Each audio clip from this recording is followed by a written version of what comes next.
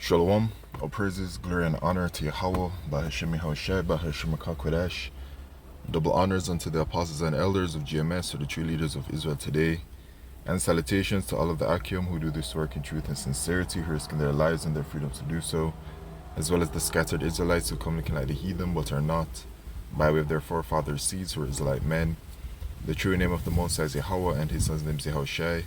And the Lord's holy chosen people are the so-called Negroes, Latinos, and Native Americans, as are the ones who suffer under the curses in the book of Deuteronomy.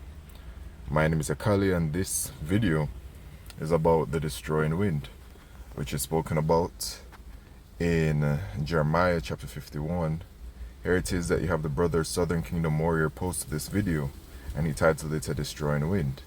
Alright, and that destroying wind is going to be by way of those ICBM missiles, which are going to be used to destroy America. That is the purpose as to why they have been created. This is the reason why Yahweh Shemishai gave Esau Edom this wisdom and knowledge of being able to create this technology. It is for their own destruction and judgment, and also for the judgment of the wicked unbelieving of our people, right? The Israelites, all right? Because the scriptures say that 2/3 shall be destroyed in that land, right? 2/3 shall be cut off and die. Okay, so when it is that America is destroyed by thermonuclear fire, a portion of our people, the 2/3, are going to be destroyed. Okay,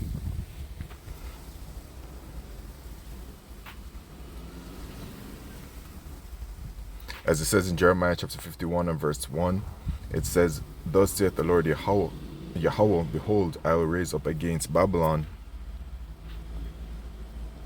and against them that dwell in the midst of them that rise up against me a destroying wind." And that's what the ICBM missiles will create. So let's take a look at this video that the brother posted to see what is the effect of a missile landing.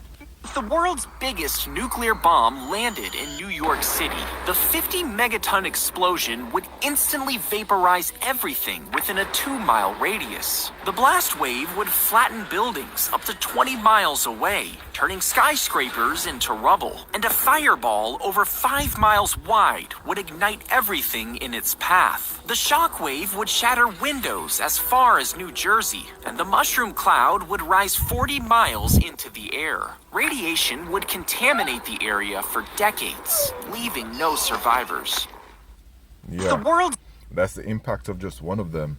I think the video even said the largest one, but the situation is that when America's hit, America's gonna be hit by many of these missiles. So firstly, I mentioned, wait, let me see first.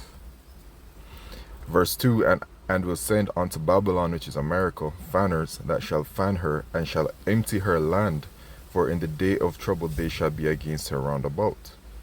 Okay, so America is going to be emptied, right, and shall empty her land, because the number of them is spoken about in the scriptures in the book of Revelation. I think it's chapter 9.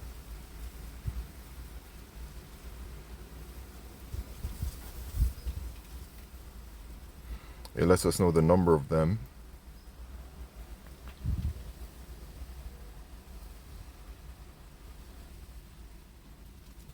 Right, in Revelation chapter 9. I'll just go to verse 16. And the number of the army of the horsemen were 200,000, and these horsemen are referred to as the missiles.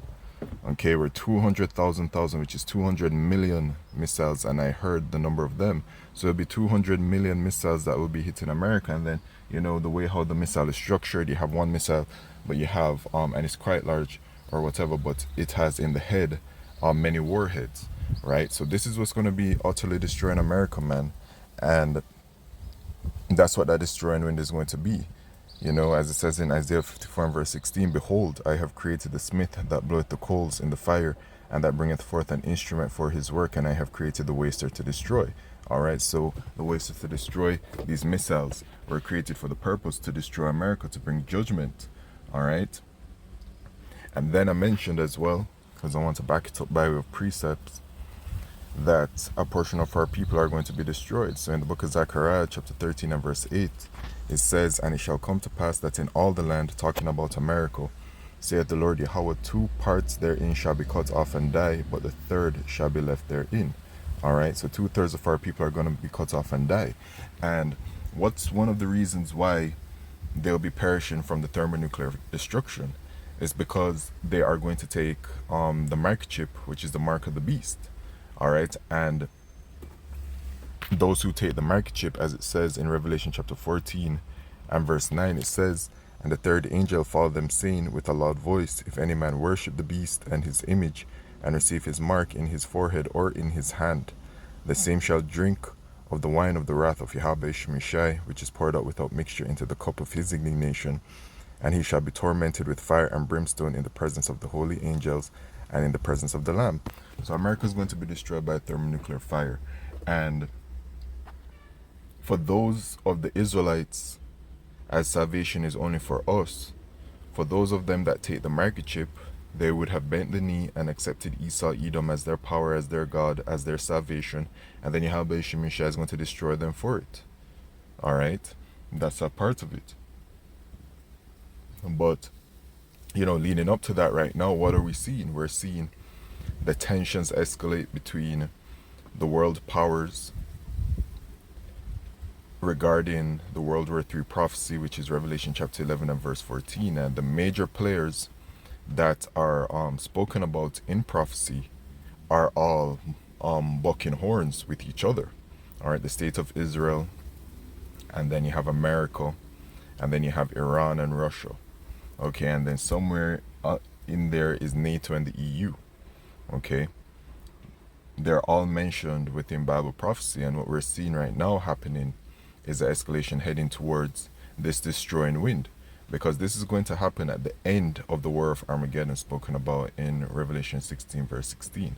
All right, they're going to be gathered over there in the so-called Middle East, which is Western Asia, and they're going to be fighting over there, and then at the end of World War III, the missiles are going to be launched and they're going to destroy America. All right, and America is going to be utterly destroyed. In Revelation chapter 18, it talks about the destruction of America, Babylon the Great. All right, and in Revelation 18 and verse 5, it says, well, hold on, let's see where I want to take it from. I want to start at verse 7, how much she hath glorified herself and lived deliciously. Right, this is talking about America. So much torment and sorrow give her, for she saith in her heart, I sit a queen, and am no widow, and shall see no sorrow, which is the pride of America, which is the pride of the Edomites, because America is theirs, right? This is their kingdom. So America is the main hub, right? The earth is given into the hands of the wicked. Esau's in full control and Esau's in his blessing, but their main hub is America, okay? And so America is filled with pride. Therefore shall her plagues come in one day, death and mourning and famine, and she shall be utterly burned with fire, for strong is the Lord, Yahweh Shemishai, who judgeth her. Okay, so America, everything that they've built for all these centuries, and even what they're about to push out there with their New World Order and the mark chip, and the entire system and everything, it's all going to be destroyed. Okay, just like that.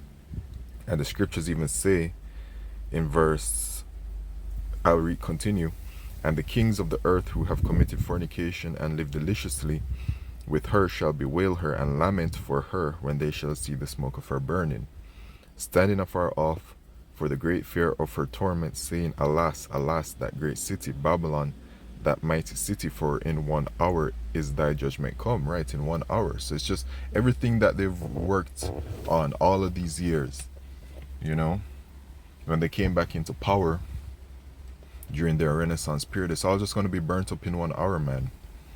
Okay, and of course as well, Yahushua returns right before the missiles hit America.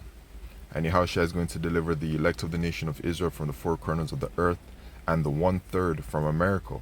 Then the missiles are going to land, destroy the 2/3 of our people in America that refuse to repent, refuse to return to our power, Yahweh Shemishai, and then Yahushai also is going to aid in the destruction. All right, Revelation chapter 13, the beginning of the chapter going on down, talks about Yahushai aiding in the destruction. Okay, so the scriptures say in Malachi chapter 4 and verse 1, for behold, the day cometh that shall burn as an oven, and all the proud, yea, and all that do wickedly shall be stubble. And it's true, because one thing about our people that refuse to repent, they have a very high level of pride upon them as well. They don't know, they don't exercise humility. Okay, so they're going to be destroyed in that. Yea, and all that do wickedly shall be stubble, and the day that cometh shall burn them up, saith the Lord Yahweh of hosts, that it shall leave them neither root nor branch. Okay, so America is going to be utterly destroyed. Okay, and then it says here, but unto you that fear my name shall the Son of Righteousness, who is Yahushai, arise with healing in his wings, and ye shall go forth and grow up as calves of the stall. Okay, so unto you that fear the name of Yahweh Shemishai, all right, shall the Son of Righteousness arise with healing in his wings. Yahushai is coming for the elect of the nation of Israel, those who fear Yahweh Shemishai, those who repent, etc. All right, but this day is coming, man, and as you can see, if you considering the scriptures, of course, first and foremost, and looking at the prophecies, the scriptures say to measure the time diligently, and all of the signs are there regarding the end of Esau's kingdom. And right now, Esau, they're having their NATO summit, which we're going to see what happens after the NATO summit. But this entire year, things have been popping off back to back continuously.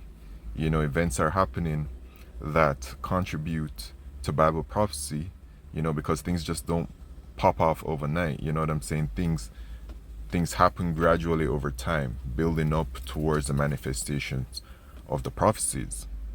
Okay, so we're truly in that time, man, and that's just what it is. That destroying wind is coming, and repent. Okay, because this NATO summit, who knows what's gonna pop off right after this, man. You can see all the things going on, with the whole war situation building up, the economic ramifications that will most likely come about from it, and then of course the main thing, which is the system being put in to facilitate the usage of the microchip on a global scale. And I just seen the Elder Apostle Tahar do a video about RFK Jr. wanting people to be microchipped. I think he said something about in the next 4 years, but also back in the year is now 2025. I think it was 2016. Klaus Schwab, who was a part of the World Economic Forum, I believe he's now no longer a part of it, or retired or something, or left the position. He stated that in the next 10 years that people are going to be microchipped, right? So that was said in 2015 or 2016, and now next year is 2026. So it's on the forefront of their minds, right, to bring about this microchip, all right? And given what they've spoken about, timelines, etc., it's close. All right, it's very close. So that means Jacob's trouble is on its way. The famine of the word is on its way. Okay, which is Jacob's trouble is the time of great tribulation, which is what the elect of the nation of Israel is going to be delivered out of. And the mark of the beast prophecy, the salvation, the destruction, these are the things that are coming. Okay, so with that, all praises, glory, and honor to Yahweh Shemishai, Bashar Kodesh, Shalom.